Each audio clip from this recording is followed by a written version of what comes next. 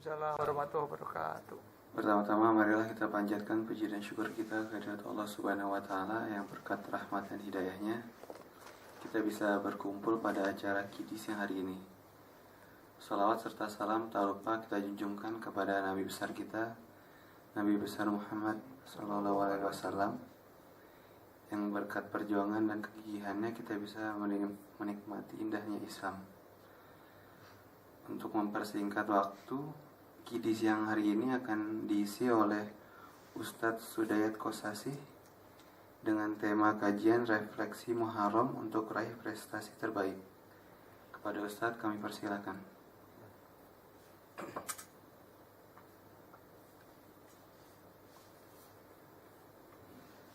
Bismillahirrahmanirrahim. Assalamualaikum warahmatullahi wabarakatuh. Waalaikumsalam warahmatullahi wabarakatuh. Innal hamdalillah nahmaduhu wa nasta'inuhu wa nastaghfiruh wa na'udzu billahi min shururi anfusina wa min sayyiati a'malina may yahdihillahu fala mudilla lahu wa may yudlil fala hadiya lahu. Asyhadu an la ilaha illallah wahdahu la syarika lahu wa asyhadu anna sayyidana Muhammadan abduhu wa rasuluh. Allahumma shalli ala Muhammad wa ala alihi wa ashabihi wa man tabi'ahum bi ihsanin ila yaumiddin. Amma ba'd. Masyiral muslimin, saudaraku, sahabat-sahabat, ikhwah fillah yang dirahmati Allah. Alhamdulillah, saya bersyukur kepada Allah pada kesempatan siang hari ini. Bismillah, dengan izin Allah saya bisa datang di tempat ini bersilaturahim dengan sahabat-sahabat semua. Berkat sahabat saya juga Ustaz Zulfikar yang biasa ngisi di sini, dan kebetulan juga Allah takdirkan sama-sama juga di lembaga dakwah Sahabat Iman gitu, ya, di Korps Mubalik Sahabat Iman. Dan beliau tadi ada halangan ada acara di Badan Wakaf Bani Umar ya, di 9. Alhamdulillah, kita bersyukur kepada Allah juga pada kesempatan siang hari ini kita bisa berkumpul, bisa bersilaturahim ya, dalam rangka bagaimana kita untuk meningkatkan atau melejitkan kualitas prestasi kinerja kita dan iman kita, meningkatkan keimanan kita.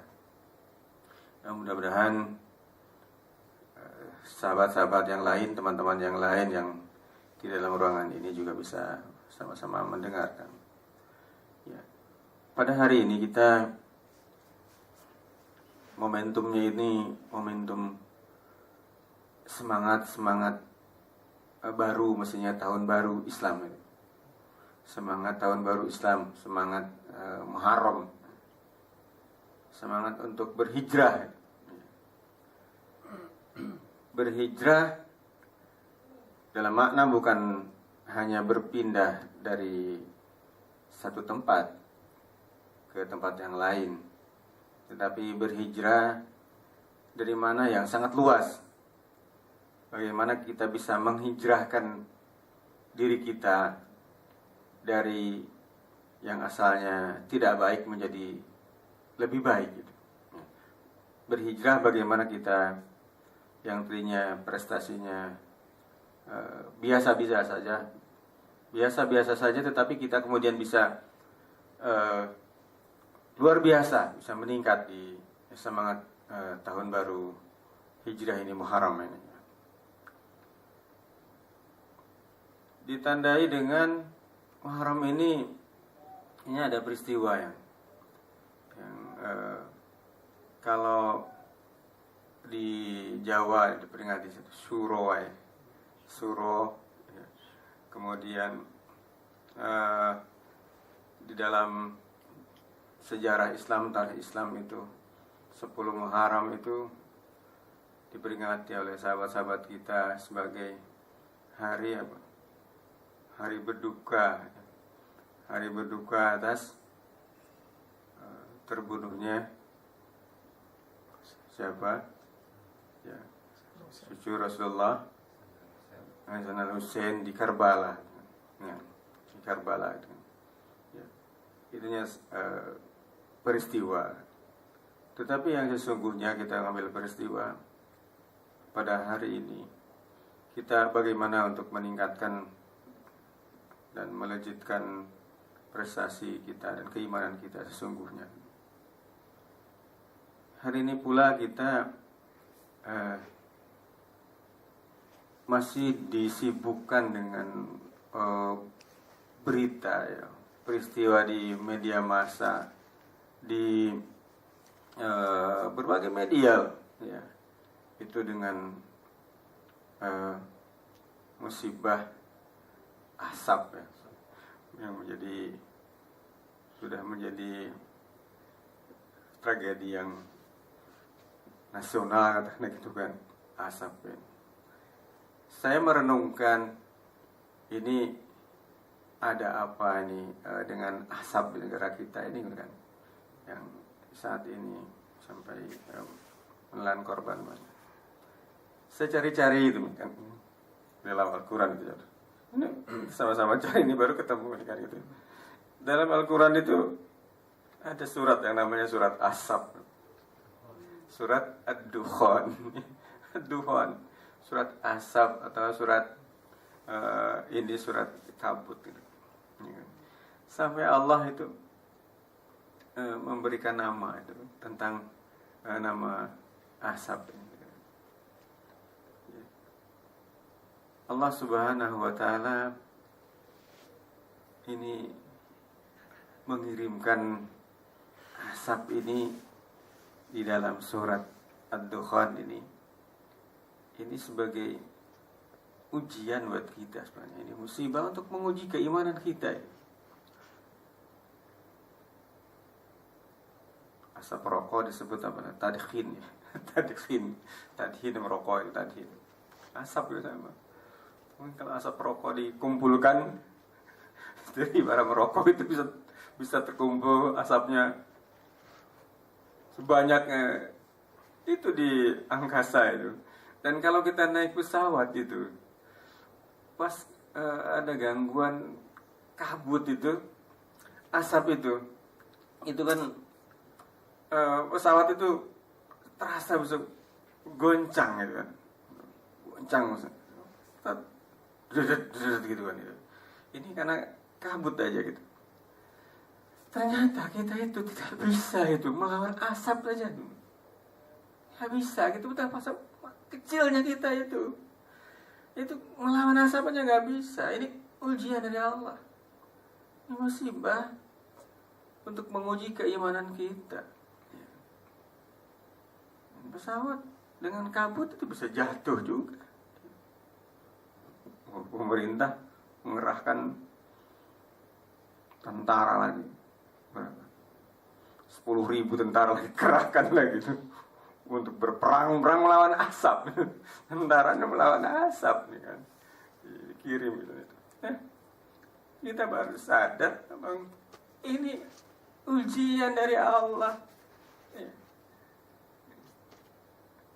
Apa hasiban nas ayatraku ayyakulu amanna wa hum la yuftanun. Apakah kamu mengira kamu akan dibiarkan begitu saja setelah kamu menyatakan kami sudah beriman ya Allah, kami beriman ya Allah, kamu sudah beriman, sedangkan kamu tidak akan diuji? Akan diuji kita. Setelah menyatakan keimanan kita akan diuji. Di dalam ayat-ayat yang lain, Al-Quran bercerita tentang tujuan manusia diciptakan ini untuk apa? Manusia kita dihidupkan, kemudian mati. Untuk apa diciptakan lagi manusia? Untuk diuji. Kita diciptakan oleh Allah untuk diuji keimanan kita. Di dalam surat Al-Mulk Allah menyatakan, "Alladzi khalaqal mauta wal hayata liyabluwakum ayyukum ahsanu amala." Ya, Allah yang telah menciptakan kita itu, menghidupkan kita,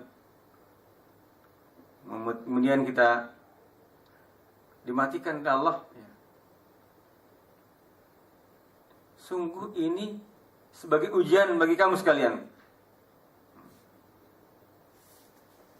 Ini ujian untuk menguji di antara kamu siapa yang paling baik amalnya. Ayyukum ahsanu amalan. Ya kan? Kalau siapa yang terbaik amalnya, ya, kita diuji oleh Allah, dihadapkan dengan beberapa ujian kehidupan ini. Ya, ada kalanya kita dihadapkan dengan kesulitan, kesempitan hidup, kesusahan. Bentuknya Allah menguji kepada kita dengan kesulitan, kesusahan, dan keujian kepada Allah. Musibah, bencana. Apakah ujian itu hanya itu? Tidak. Ada kalanya Allah menguji kita dengan kesenangan, dengan kegembiraan, dengan kelapangan rezeki, dengan kemudahan, dengan kebahagiaan, kecukupan. Itu juga ujian dari Allah. Ujian untuk menguji siapa di antara kita yang terbaik amalnya. Ya. Kalau kita di manajemen kita melakukan evaluasi terhadap kinerja kita, sesungguhnya orang yang beriman itu setiap saat mestinya kita dievaluasi. Ketika kita diperintahkan Allah, hasibu anfusakum qabla an tuhasab. Evaluasilah dirimu sebelum betul-betul nanti akan kami evaluasi, ya,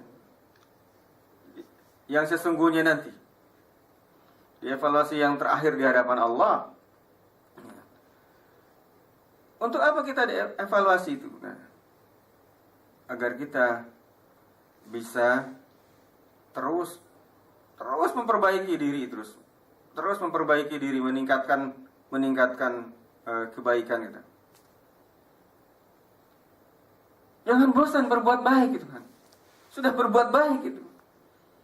Sudah berbuat baik, kita sudah hijrah, katakanlah hijrah dari ketidakbaikan kemudian hijrah kepada kebaikan.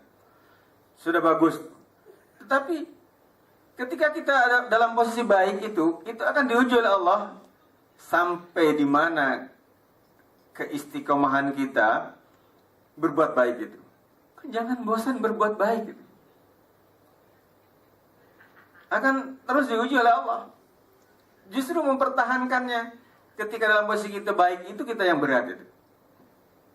Istiqomah itu yang sangat berat.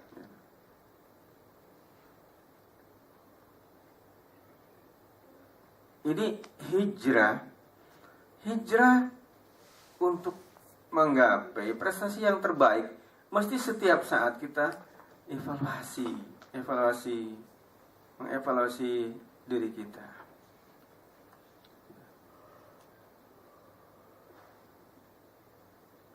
Apa ukurannya? Ukurannya sehingga kita itu bisa meraih prestasi keimanan kita yang terbaik. Kita tidak tahu seberapa besar keimanan kita, karena Allah yang menilai. Allah yang menilai kita, dan di setiap saat bukti keimanan kita itu, prestasi kita terbaik itu selalu di sebelah kanan kiri kita dicatat oleh malaikat. Selalu di sebelah kanan ada malaikat rakib, dan Atid di sebelah kiri mencatat amal. Tidak ada yang terlewatkan. Catatan harian kita itu Kalau karyawan ada report, mungkin kita di awal minggu ada action plan mingguan, ada action plan harian. Nanti setelah akhir minggu ada report mingguan gitu. Buku kita itu setiap saat itu dicatat oleh malaikat ini, oleh malaikat, dan nanti akan diperlihatkan kepada kita di yaumil akhir nanti itu. Kalau sudah di yaumil akhir kita dihisab di hadapan Allah, tidak bisa kita akan memperbaiki lagi. Allah membukakan semuanya catatan kita. Karena itu, hasibu anfusakum qabla an tuhasabu. Hisablah, dievaluasilah dirimu sebelum kamu benar-benar dihisab. Momentum ini untuk evaluasi diri, untuk muhasabah diri kita. Selama setahun yang lalu itu, 1 tahun ya hijrah, ya di tahun hijrah, tahun hijriyah ini udah kita lewati. Sekarang udah ganti tahun hijrah yang baru. Waktu berjalan terus, tidak akan pernah terlewatkan sedikit pun amaliyah kita. Sehari-hari kita akan terus berjalan terus, akan berjalan terus, akan berjalan terus.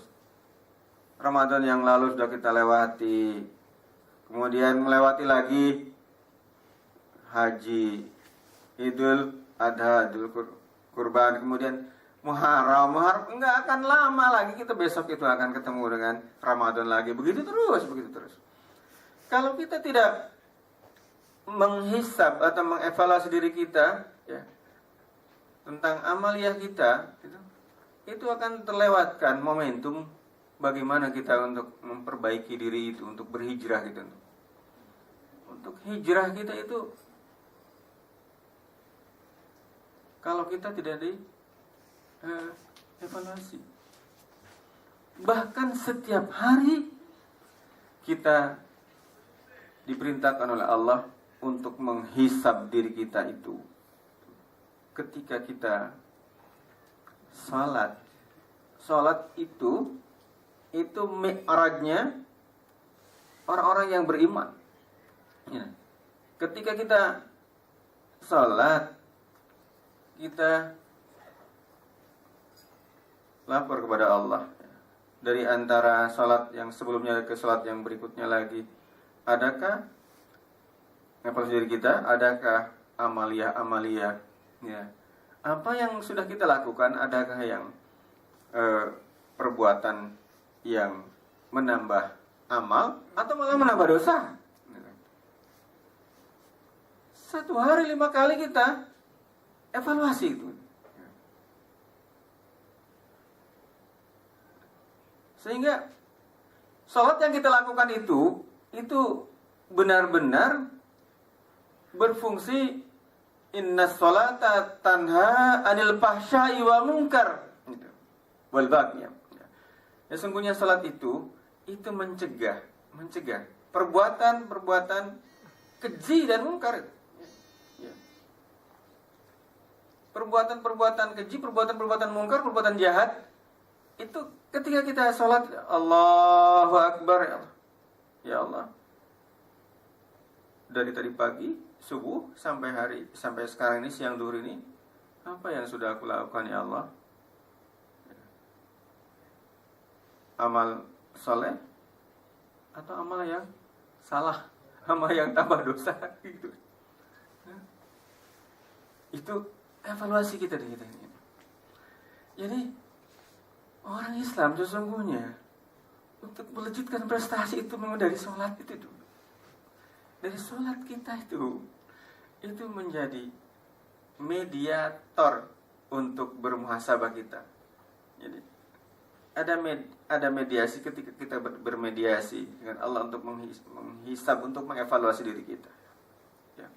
Setiap saat evaluasi. Ketika kita teringat lakukan dosa, lakukan kesalahan, istighfar yang banyak, Astagfirullahaladzim, Astagfirullahaladzim. Apalagi kita kalau sedang diuji dengan kesulitan, Kalau kesulitan, tambah kencang istighfarnya gitu. Ya, sulit apa? Kesulitan rezeki, kekurangan rezeki, kekurangan jiwa ini. Kekurangan jiwa itu kurang kasih sayang gitu. Ya, meriang melulu gitu.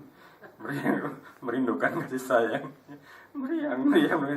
Ini kurang jiwa ini. Ya.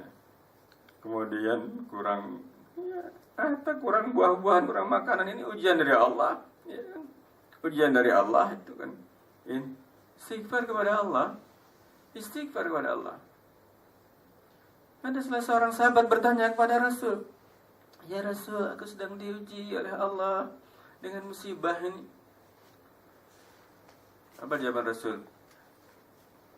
"Istaghfiru rabbakum." Istighfarlah, mohon ampunlah kepada Allah, mohon ampunlah kepada Tuhanmu. Bertanya lagi yang kedua lagi, "Ya Rasul, saya sedang diuji lagi oleh Allah dengan kekurangan rezeki, kurang harta nih, kekurangan makanan." Apa jawaban Rasulullah? "Istaghfiru rabbakum." Ya.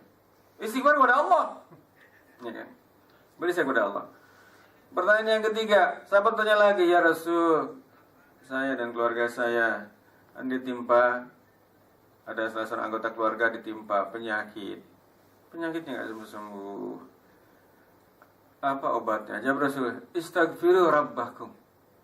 Jawab Rasul, beristighfarlah kepada istighfar. 3 pertanyaan yang berbeda, jawabannya sama. Istighfar. Jadi kalau diberikan musibah kayak asap ini asap dari Allah ini, musibah itu, istighfar harusnya. Teman saya, saat ini harus ada tobat nasional gitu kan, ada tobat nasional gitu. Tobat nih para pemimpin kita, para ulama ini harus ngajakin untuk bertobat. Ini setelah saya cari-cari, bang, ini kabut atau asap ini musibah dari Allah. Coba kita bacakan di dalam surat Ad-Dukhan. Ad-Dukhan di surat asap ini ada namanya surat asap. Ad-Dukhan ayat 10. Ayat mulai dari ayat 98, 9, 10, 11 kalau kita kaji. A'udzubillahi minasyaitonirrajim. La ilaha illa huwa yuhyi wa yumitu rabbukum wa rabbu abaikumul awwalin bal hum fi syakki yal'abun fartaqib yawma ta'tis sama'u bidukhanin mubin yaghshan nasa hadza adzabun alim. Hadza adzabun alim. Tidak ada Tuhan selain Dia, Dia yang menghidupkan dan mematikan. Dialah Tuhanmu dan Tuhan nenek moyangmu terdahulu juga. Tetapi mereka dalam keraguan, mereka bermain-main. Maka tunggulah pada hari ketika langit membawa kabut, membawa asap yang tampak jelas, yang meliputi manusia. Inilah azab yang sangat pedih. Azab sangat pedih. Saya baru pulang dari Pontianak. Pontianak itu termasuk juga kabut, asapnya tebal sekali. Jadi jarak pandang itu sekitar 100 meter lah. Jadi dari sini sampai ke ujung sana itu, tembok sana itu sudah nggak jelas lagi. Siapa orang atau bukan orang itu nggak jelas. Udah tertutup asap itu. Dan asap itu pedih. Pedih teman-teman. Kena mata ini itu pedih sekali. Pedih dan kena tenggorokan, ya bisa batuk-batuk itu, bisa flu pilek. Makanya kita lihat kan teman-teman yang di TV itu, masya Allah, anak-anak itu kena ispanya, yang ispa akut itu, masya Allah. Saya lama di Pontianak, baru pulang. Ada kebetulan ada tugas dakwah, saya 5 bulan. Dari sejak sebelum Ramadan sampai bulan haji kemarin. Itu di keliling kabupaten di Kalimantan Barat. memang hutan terbakar. Hutannya terbakar karena gambut. Semua itu gambut. Jadi kalau kita jalan di atas rumput gambut itu kayak kita berjalan di atas kasur itu, empuk gitu kan. Empuk di bawahnya itu akar-akar gambut itu kalau sudah kena api udah merambet kemana-mana. Kena mata pedih, kena hidung bisa tenggorokan bisa nyesek, dan kalau kena lantainya lembab, lembab guys. Yang diekspos Riau, Kalimantan Tengah, padahal di Kalimantan Barat juga sama, kena asap juga kena itu. Ini azab yang sangat pedih. Ini dalam surat As-Saff bin Ad-Dukhan yang dikatakan, inna hadza azabun alim. Azab yang sangat pedih. Azab pada kita. Jangan-jangan ini karena kita sudah banyak yang keluar dari agama, keluar dari pengertian sudah tidak istiqomah lagi dengan ajaran agama. Udah banyak orang yang melanggar aturan-aturan agama, baik para pemimpinnya maupun rakyatnya sendiri. Allah mengajarkan kepada kita dalam surat Ad-Dukhan, masih surat Ad-Dukhan, ya ayat 12-nya itu. Ketika diberikan azab ini, kita maka harus banyak beristighfar. Istighfar kepada Allah. Kalau kita sudah diampuni oleh Allah, apa yang akan diminta oleh kita, itu pasti Allah akan kasih. Allah sayang, Maha pemberi kasih sayang. Kalau sudah sayang kepada hambanya, kepada kita, sudah diampuni dosa-dosa kita, Allah akan kasihkan. Kekasih Allah, itu hamba Allah yang diampuni dosa-dosanya, kemudian Allah akan memberikan rahmatnya. Maka doa untuk orang yang meninggal itu, Allahumma gfir lahu warhamhu. Ya Allah, ampuni dia dan rahmati dia. Rahmat, sayang yang diberikanlah kasih sayang kepada dia. Dia mau dimasukkan surga itu karena rahmatnya Allah, kasih sayangnya Allah. Kalau karena amal perbuatan kita, jauh kita, terlalu banyak dosa kita. Terlalu banyak sekali dosa-dosa kita.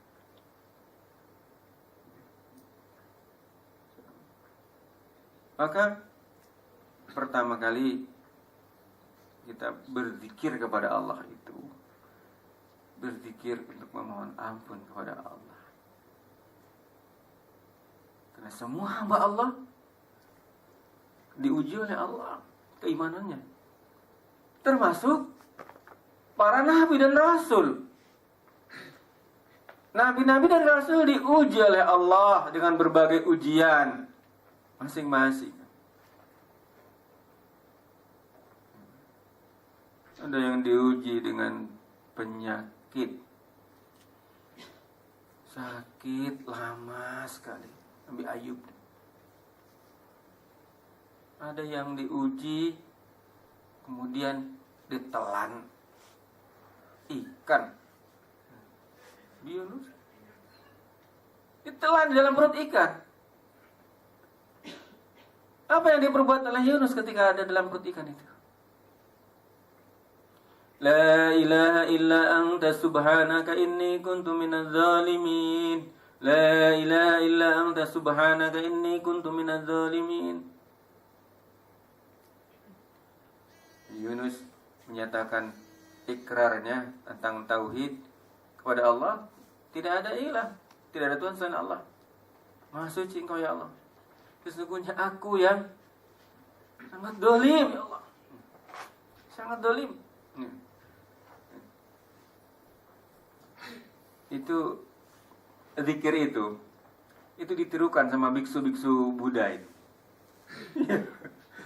Kita dengar la ilaha illa anta subhanaka inni kuntu minadz zalimin. La ilaha illa anta subhanaka inni kuntu minadz zalimin. Ketika saya diamani oleh salah satu lembaga kemanusiaan untuk mengantarkan bantuan untuk saudara-saudara kita yang teraniaya, terzalimi di Rohingya di Myanmar.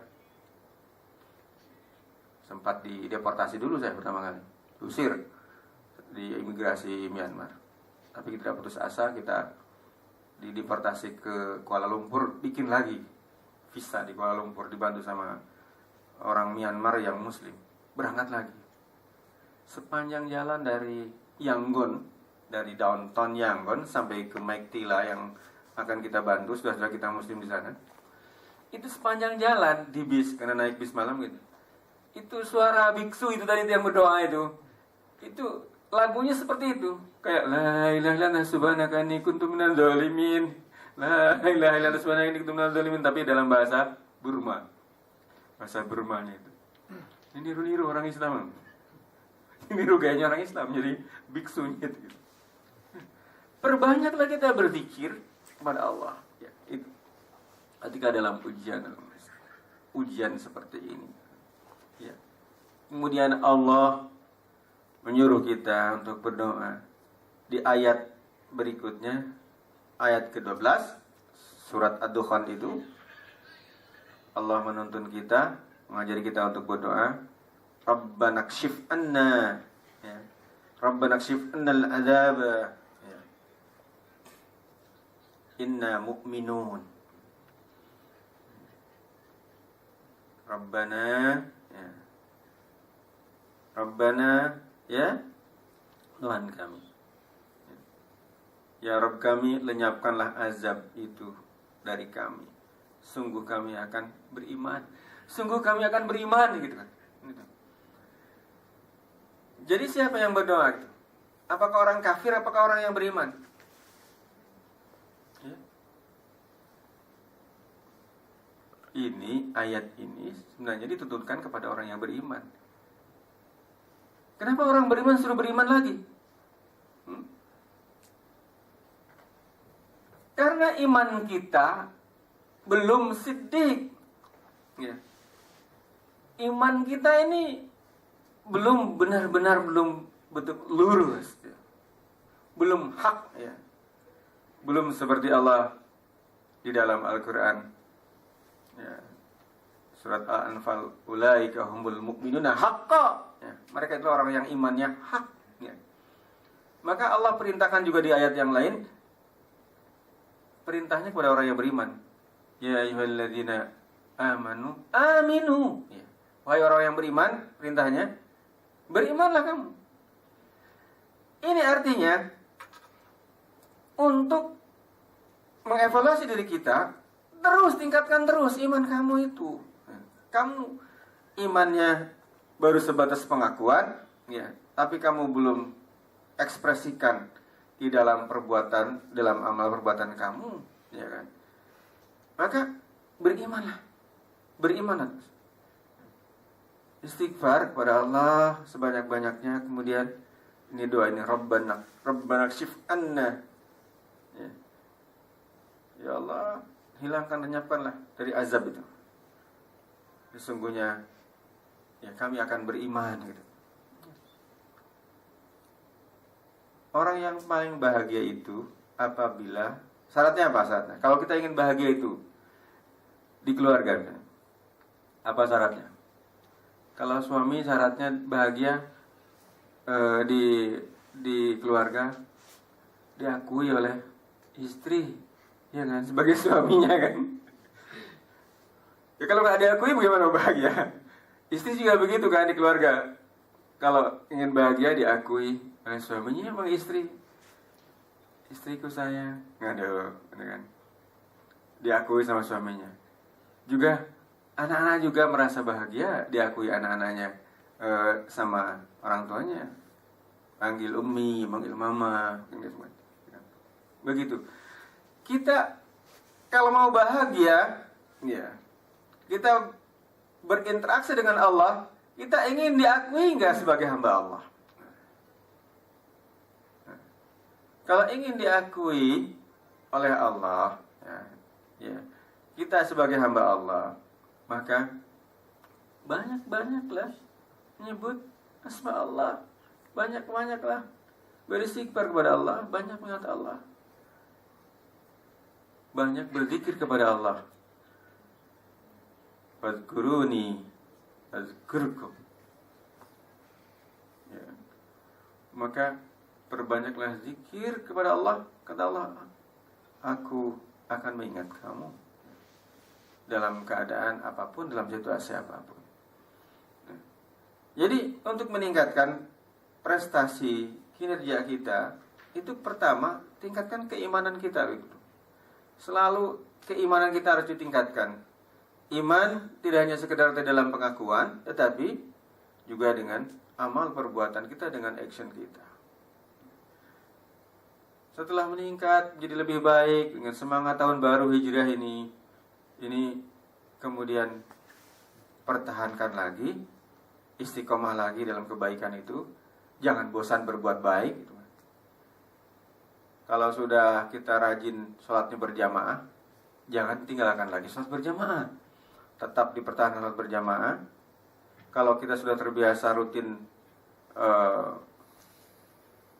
tadabbur Al-Quran, ya, one day one juz, bisa tetap istiqomah one day one juznya. Tidak bisa one day one surat. Satu surat. One day one page, ya. Satu hari satu halaman aja. Kalau nggak kuat satu hari satu juz, masih nggak bisa juga karena saking sibuknya. One day one ayat. Masa satu hari satu ayat itu? Sibuk sekali, banyak sekali pekerjaannya. Tidak ada waktu, gak sempatkan waktu 10 menit aja untuk urusan Allah gitu, untuk beribadah kepada Allah. Seperti halnya kita sholat, kalau sibuk sekali.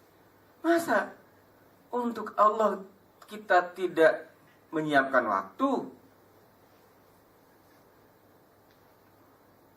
Saya sampaikan ke teman-teman, sahabat-sahabat yang di pasar juga, ceramah di pasar di Jawa Timur tuh. Ustaz, mohon maaf katanya. Kalau di sini itu sholat berjamaah, imamnya dimohon suratnya yang pendek-pendek aja katanya. Saya biasa kalau subuh bacaannya agak panjang dikit lah, ya. Surat apa? Ar-Rahman.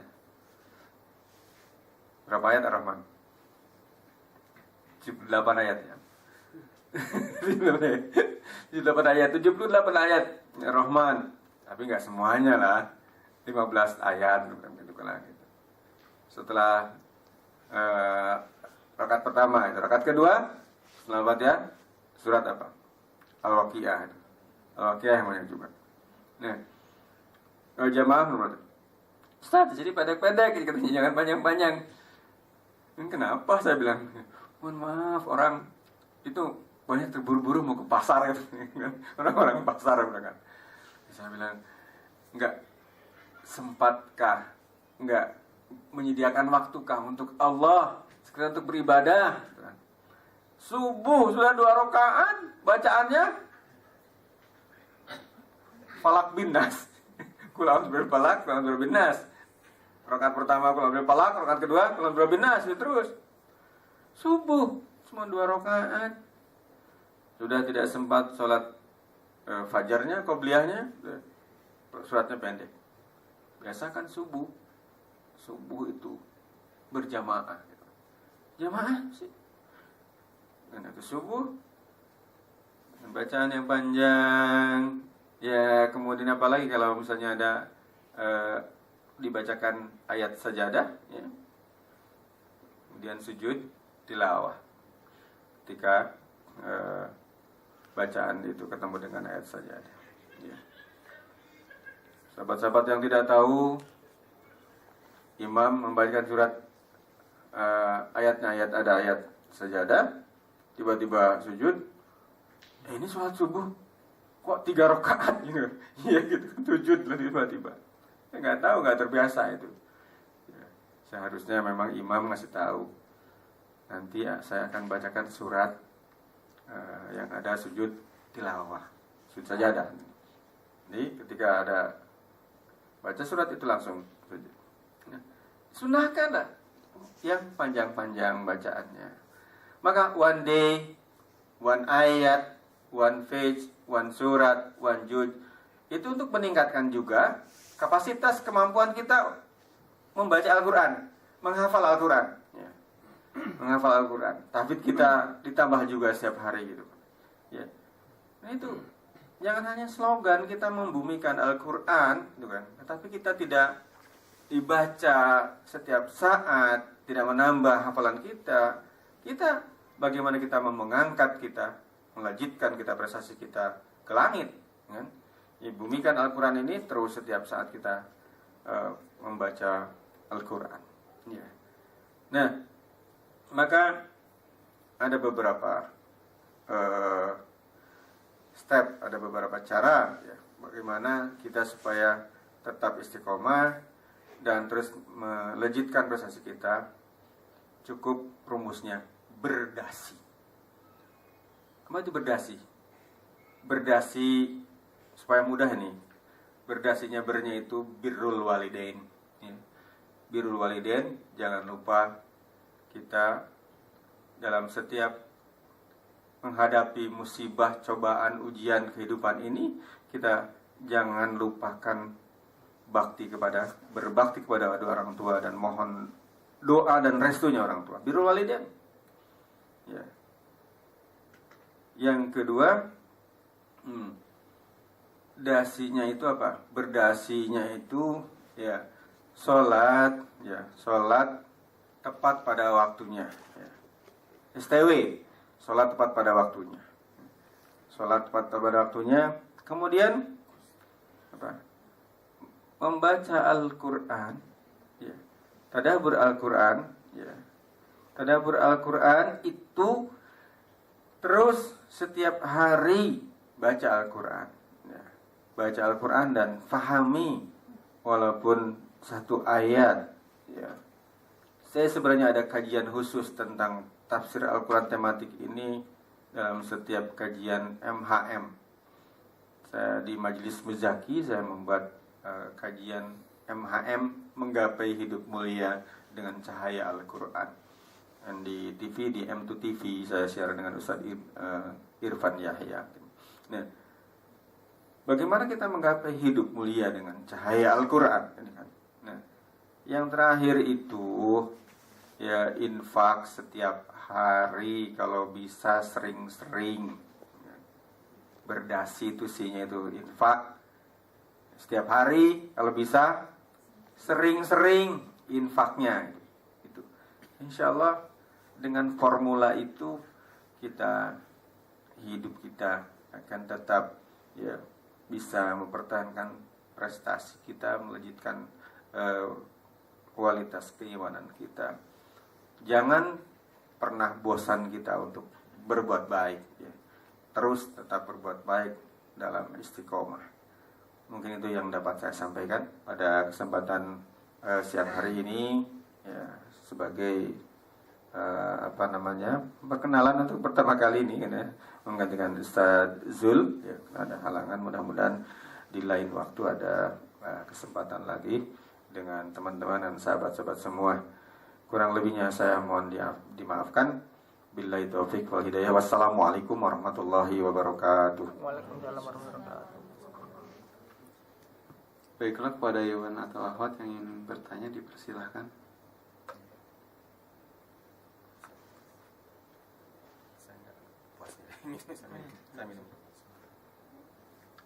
Ada yang punya pertanyaan?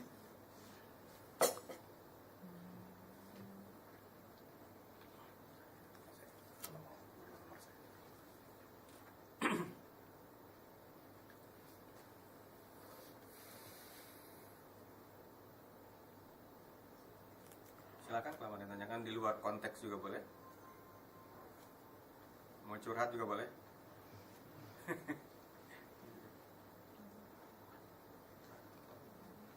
Masuk jam berapa? Masih ada waktu. Iya, silakan, masih ada waktu.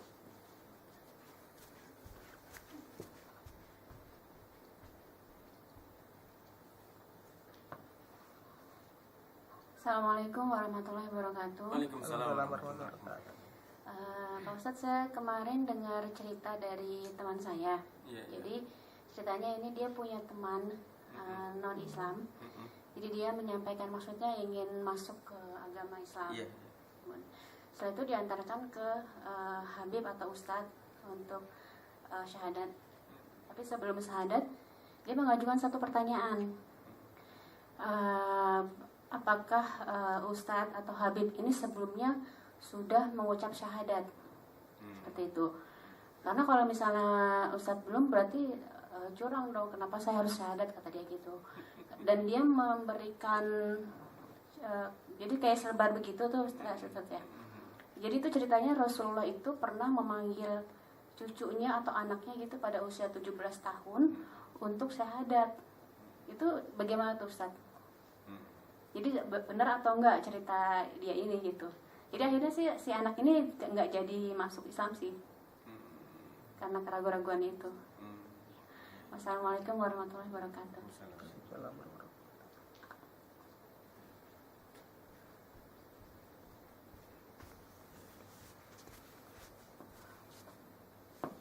Baik ya, pertanyaan tadi itu pertanyaan untuk kita semua sungguhnya kita ya. Jadi tentang orang yang mau masuk Islam, orang yang mau hijrah, katakanlah kita hijrah ya, hijrah dari kekafirannya kemudian ingin kembali ke Islam. Kalau orang Filipina Selatan bilangnya balik Islam, jadi kembali ke Islam. Pertanyaannya itu apakah Ustadz atau Habib ya memang sudah disyahadatkan, syahadat gitu kan? Ya, kalau bertanya ke saya jawab ya, kita sudah syahadatkan. Ya, sudah ada syahadat. Karena syahadat itu menjadi rukun Islam. Ya, syahadat. Kalau kita disyahadatkannya itu artinya bukan berarti seperti halnya agama lain dibaptis, ya kan? Ada seremonialnya gitu, ada pembaptisannya. Kalau kita kan Islam kan syahadat juga otomatis kita diajarin oleh orang tua kita, ustadz kita itu suruh ngaji itu udah diajarin syahadat sebenarnya gitu kan. Kalaupun ada yang anak laki-laki biasanya kalau pas disunat juga, kalau disunatnya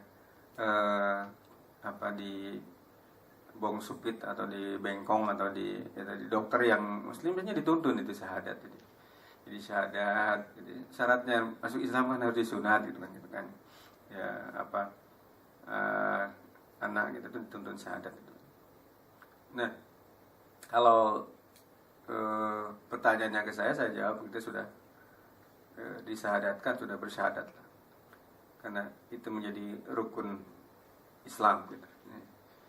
Nah, pertanyaannya dengan tadi yang ceritanya itu Nabi itu pernah memanggil anak-anak yang disyahadatkan, kemudian dia tidak jadi masuk Islam, ya itu karena kan ya ketika itu memang turun terus ayat yang la ikraha fid din, ya tidak ada paksaan dalam agama. Ya kalau tidak mau ragu tentang Islam, ya sudah tidak ada paksaan dalam agama. Qad tabayyana ar-rusydu minal ghayy, ya kan? Sudah jelas ya, sudah jelas. Ini mana ya, yang benar ya, akidah yang benar, mana akidah yang salah. Dan kalau dia tidak mau ya kita tidak ada paksaan dalam agama. Ya. Begitu dari ceritanya kira-kira itu memang benar gitu, seperti itu. Ada beberapa orang yang mau masuk Islam kemudian dia ragu, tidak jadi. Ya sudah, tidak hanya di zaman Rasul, zaman para sahabat juga banyak. Di zaman kita sekarang ini juga banyak ada orang yang mau masuk Islam, pernah bilang sama saya, belum jadi itu, belum jadi masuk Islam. Ya biar dia yakin dulu aja udah tentang kebenaran tentang Islam, baru kita bimbing untuk disyahadatkan gitu. Kalau belum yakin betul, ya dia tidak ada pasal dalam agama. Ya. Tidak berdebat kemudian debat kusir gitu kan tentang akidah itu. Percuma aja kalau misalnya tetap ngotot. Kalau seperti itu kita sudah sampaikan kebenaran kepada dia, tinggal Allah akan memberikan hidayah atau tidak. Nah, hidayah akan datang dari Allah. Kita sudah bisa menjelaskan, sudah jelaskan tentang kebenaran tentang Islam itu. Begitu ya. Terkait dengan hadis yang dia dulu kan Ustaz, yang katanya Rasulullah itu pernah memanggil cucunya buat syahadat, itu sebenarnya gimana? Karena Ustaznya sendiri nggak bisa jawab ketika itu. Ada hadisnya atau tidak? Itu sebenarnya cerita itu dalam hadis itu memang tidak kuat lah. Belum ada ditemukan referensi yang sangat kuat, tapi memang ada cerita-cerita dalam kisah kehidupan Rasul. Nah, seperti itu. Dan banyak juga cerita-cerita dalam Israiliyat gitu ya, dalam Israiliyat yang lebih gitu. Mereka menggunakan itu biasanya untuk menjatuhkan Islam ya. Seperti halnya cerita-cerita Israiliyat untuk menjatuhkan Islam itu, pertanyaan mereka kepada kita, serangannya itu adalah siapa istri Nabi Ibrahim yang sah? Siti Hajar atau Siti Sarah? Ya. Ya, Ibrahim pertama menikah dengan Siti Hajar kan? Dari Siti Hajar belum dikaruniai anak. Sudah umur 80 tahun kemudian Ibrahim hijrah ke Mesir. Nah, di Mesir kemudian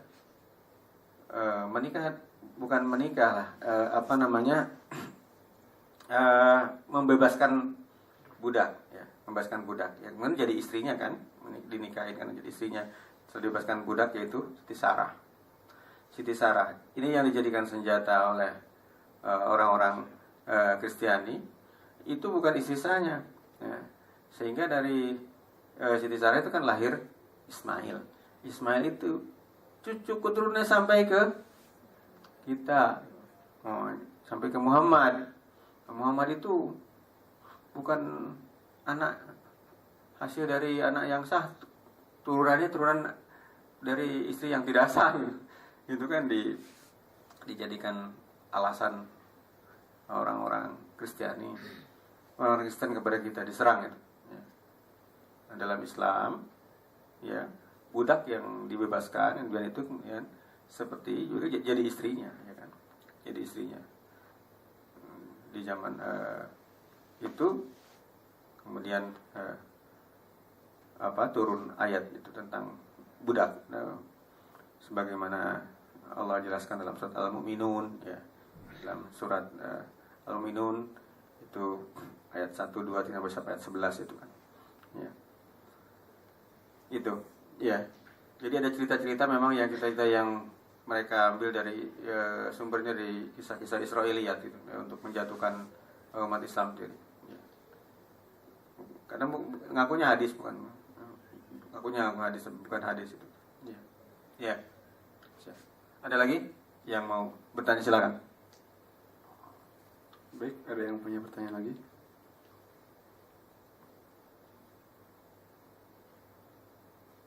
Baiklah, karena tidak ada pertanyaan lagi, kita akhiri kajian hari ini dengan hamdalah.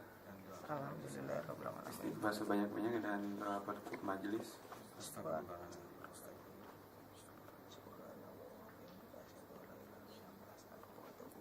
Wabillahi taufiq wal hidayah. Wassalamualaikum warahmatullahi wabarakatuh. Waalaikumsalam warahmatullahi wabarakatuh.